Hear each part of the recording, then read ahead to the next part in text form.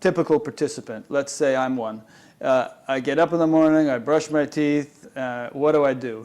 How does TSK come into my day, Right. Okay, well, so right now I'm teaching a course in which the focus is space, so it's just natural for me to think about that. One of the first things I ask people to do in the course, something to be aware of, as you say, during the day, is just become aware of space in a way that we usually aren't, because we're always focused on objects and space itself just disappears.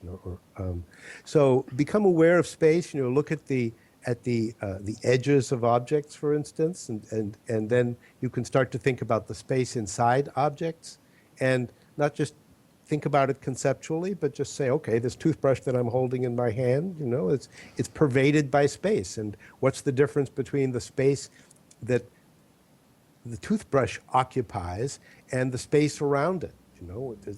Those kinds of questions you could definitely ask yourself, and then maybe the next step you could go to beyond that, or another step, and these things can always go in lots of different directions. But I'm thinking about the course I'm teaching right now. So another step would be to say, well, what about the space that I occupy? In what sense do I occupy space? Is it different from the way that toothbrushes occupy space? Is the space that I occupy connected to the space of the toothbrush? Is there a kind of an intimacy between toothbrush space and Jack space? Those would be the kinds of questions you might ask yourself.